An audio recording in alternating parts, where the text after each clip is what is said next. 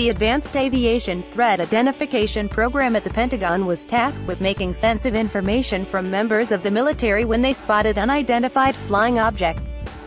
Daniel Slim of BGT Images as head of the Pentagon's Advanced Aviation Threat Identification Program, Luis Elizondo spent years trying to learn about UFOs. The secret program collected information from members of the military, mostly pilots, when they spotted unidentified flying objects. Some of those findings, first reported over the weekend by the New York Times and Politico, have been released to the public. According to reports, the program began in 2007 and ended in 2012. Elizondo took over the program in 2010. Elizondo tells Morning Edition's Steve Inskeep that Pentagon staff didn't always understand what they saw. Among the mysteries was recently released footage recorded from the cockpit of a U.S. Navy F-A-18 Super Hornet. In it, the pilots can be heard marveling at an object, astonished at its speed and how it seems to rotate, inexplicably, in the air. If you're asking my personal opinion from here, look, I've got to be honest with you, I don't know where it's from. But we're pretty sure it's not here, Elizondo says. Now does that mean it's out there?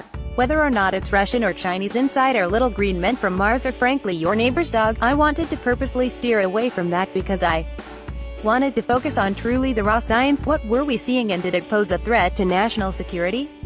Interview highlights on who was on the Pentagon team he led. We had PhDs, we had C people, we had trained intelligence officers and human case officers, pretty much a full range of talent. Most of us tend to be, by nature, skeptical, because we are in the field of intelligence and national security. But I think once you get into the data itself and the specifics regarding what we're actually seeing, we begin to realize that there may be something here, a little bit more than just what people think are drones or whatever people may chalk it up to be.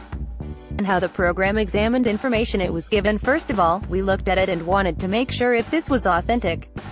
Is this video coming from a true Department of Defense platform?